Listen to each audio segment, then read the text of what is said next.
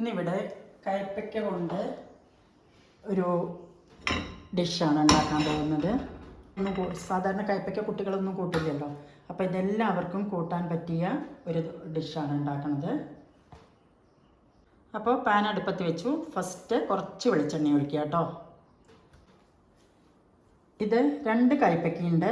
അത് ഇങ്ങനെ ചെറുതായിട്ട് ഞാൻ നുറുക്കി വെച്ചു. അതിനെ ഒന്ന് വാട്ടിയെടുക്കണം. കുറച്ച് ഉപ്പിടണം കേട്ടോ.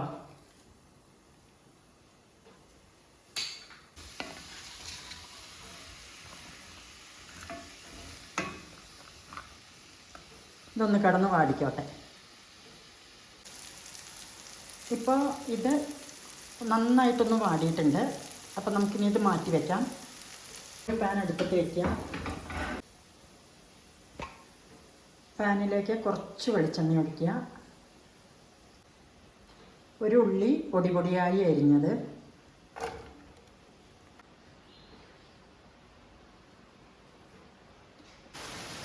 ഉള്ളി ഒന്ന് വാടിയിട്ടുണ്ട് കേട്ടോ. അപ്പോൾ ഞാൻ കാന്താരി മുളക് ചതച്ചതാണ്. എനിക്കതിൻ്റെ എരിവ് നല്ല ഇഷ്ടമാണ്. പകരം പച്ചമുളക് ഇടാം.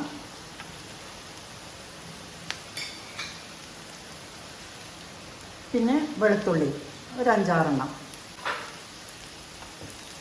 അതൊന്ന് വാടട്ടെ കേട്ടോ. വെളുത്തുള്ളി 5-6 എണ്ണം അരിഞ്ഞതിട്ടു. കാന്താരി പച്ചമുളക് ഇട്ടു. നമുക്കിപ്പോൾ സാധാരണ പച്ചമുളക് ഇടാം. പിന്നെ കുറച്ച് മുളക് പൊടി ഇട്ടു, മഞ്ഞൾപ്പൊടി ഇട്ടു. ആ സമയം വീഡിയോ ഓഫായി. എന്നിട്ട് നല്ലപോലെ ഇളക്കുക കേട്ടോ. ഇളക്കി മുളക് ഒന്ന് ഒരു ചൂടാവുമ്പോൾ കരിയാൻ പാടില്ല. ഇത് 2 വലിയ തക്കാളി നുറുക്കി വെച്ചതാണ്. അത് ഇതിലേക്കില്ല. എന്നിട്ട് കുറച്ച് ഉപ്പും കൂടി ഇട്ട് കൊടുക്കാം കേട്ടോ.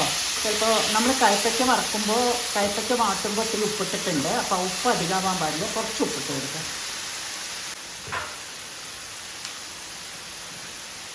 കുറച്ച് ഉപ്പിടുന്നുണ്ട്. ഇനി ഇതൊന്ന് സിമ്മാക്കിയിട്ട് സിമ്മിലൊന്ന് ഈ തക്കാളി നല്ലോണം ഒന്ന് വേവട്ടെ കേട്ടോ. വേണമെങ്കിൽ അടച്ചു വെച്ചിട്ടും വേവിക്കാം.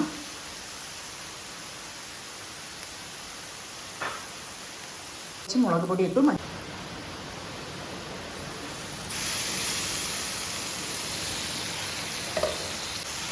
തക്കാളി നല്ല പോലെ ആയിട്ടുണ്ട്. ഇനി ഇതൊന്ന് ഉടച്ചു കൊടുക്കുക കേട്ടോ.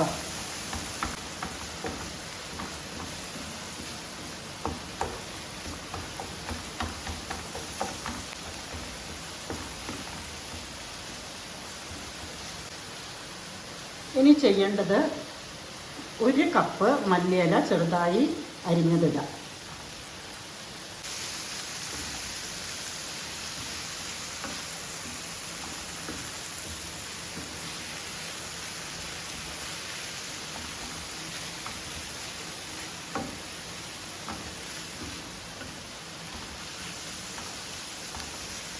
മല്ലിയിലയും ഒന്ന് വാടി. ഇനി ചെയ്യേണ്ടത് നമ്മൾ ആദ്യം ഒന്ന് വാട്ടി വെച്ച കയ്പ്പയ്ക്ക ഉണ്ടല്ലോ, അതിടാം കേട്ടോ.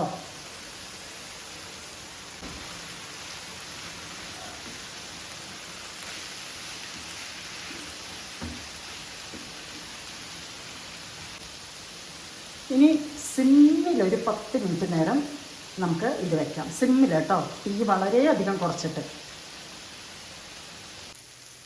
നമ്മുടെ കയ്പ്പയ്ക്ക കൊണ്ടുള്ള ഉപ്പേരി ഇവിടെ റെഡിയായി. ഇത് എല്ലാവർക്കും ഇഷ്ടാവുമെന്നാണ് എനിക്ക് തോന്നുന്നത്. കയ്പ്പയ്ക്ക ഇഷ്ടപ്പെടാത്തവർക്ക് പോലും ഇത് ഇഷ്ടാവുമെന്നാണ് തോന്നുന്നത്. അപ്പോൾ ഉണ്ടാക്കി നോക്കിയിട്ട് എല്ലാവരും അഭിപ്രായം പറയുക. Thanks for watching.